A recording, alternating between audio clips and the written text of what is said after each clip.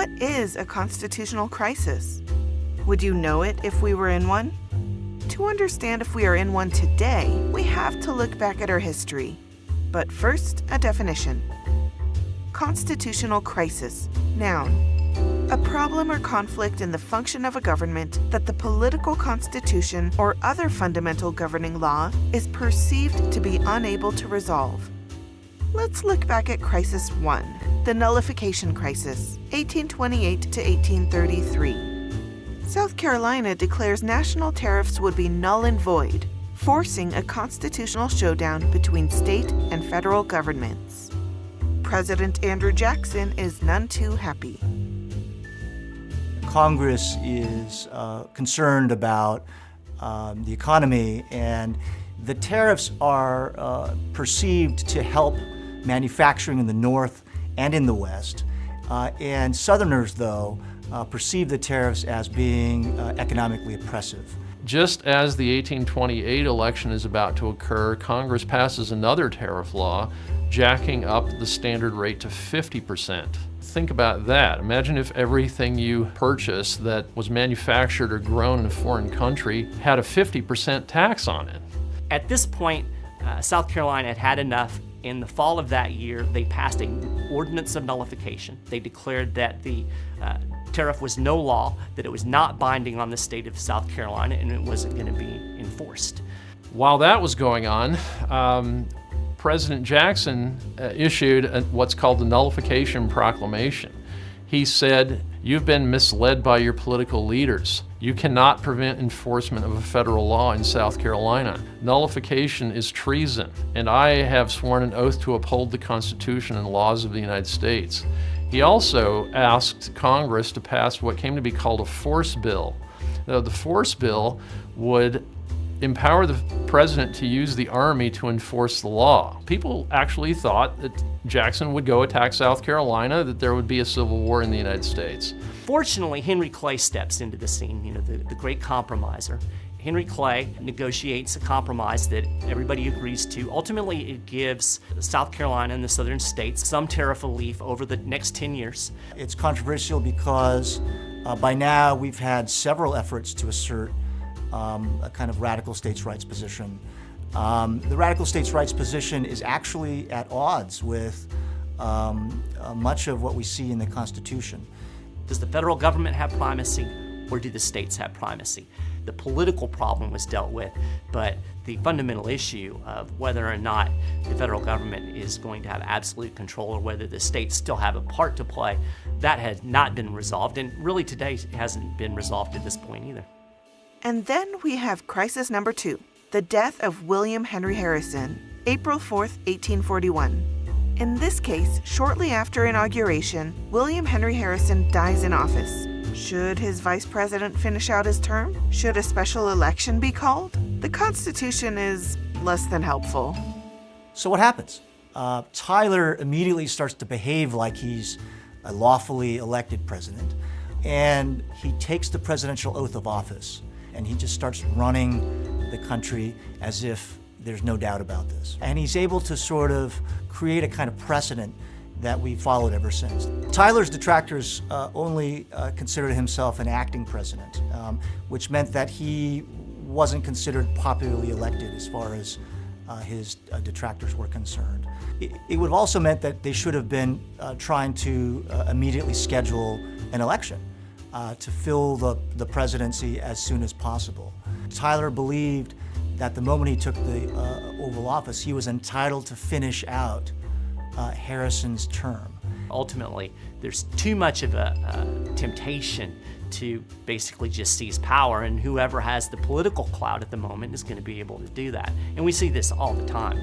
Usually it's through usage, through what James Madison called liquidation of constitutional provisions, that their meanings are established. I believe that any time that there is any gray area, instead of simply setting a precedent, simply letting those in power decide what their powers are going to be, that we should turn to the amendment process. We passed the 25th Amendment after JFK's assassination. By then we've also had a kind of set of lingering concerns. For example, what if the president becomes mentally ill. A number of these concerns started to become raised, and so the 25th Amendment was enacted to clarify that the vice president would always be the one to assume power if the president either dies or is somehow incapacitated.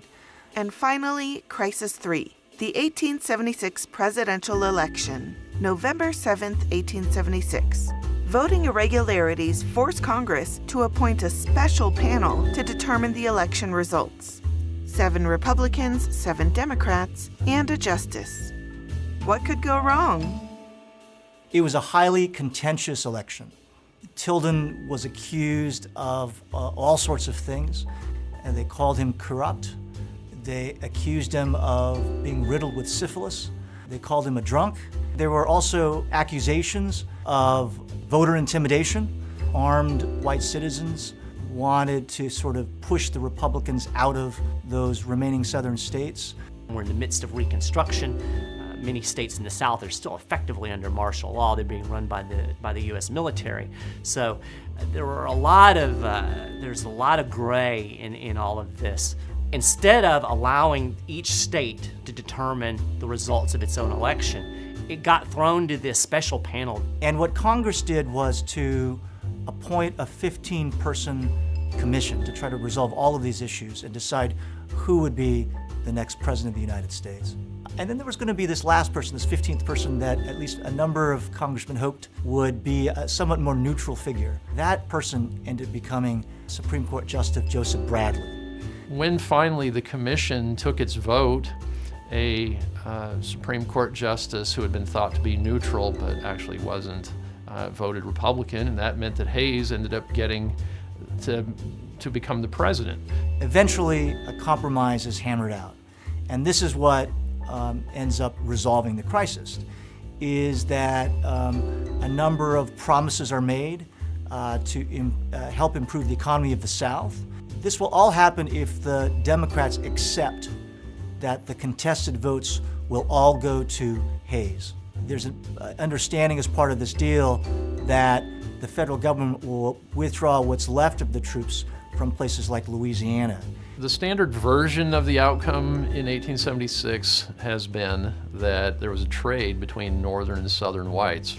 In reality, this is not what happened. Grant had already removed significant military assets from the South, so it actually was not a product of the Commission's work that Reconstruction was brought to a final end.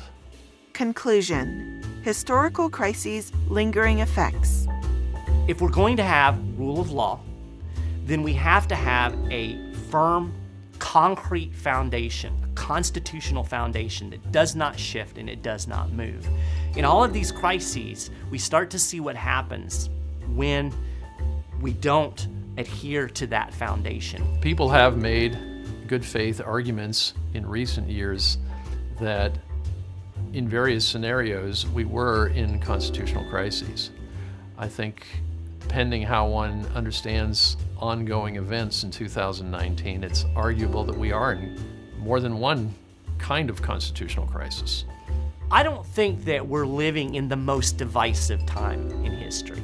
I think we have always had divisive times. The more you try to centralize, the more that divisiveness is going to be exacerbated. When we can decentralize, it's easier to get along and live together. Anyone who watches this documentary or thinks hard about these episodes will hopefully come away with the sense that constitutional principles aren't self-executing, they're not self-evident, even though we like saying that they are. Instead, they are enforced through struggle, the willingness of someone to kind of lay down, to draw a line, to fight for a principle. We can only know the content of a principle through this struggle and how people react to it afterward.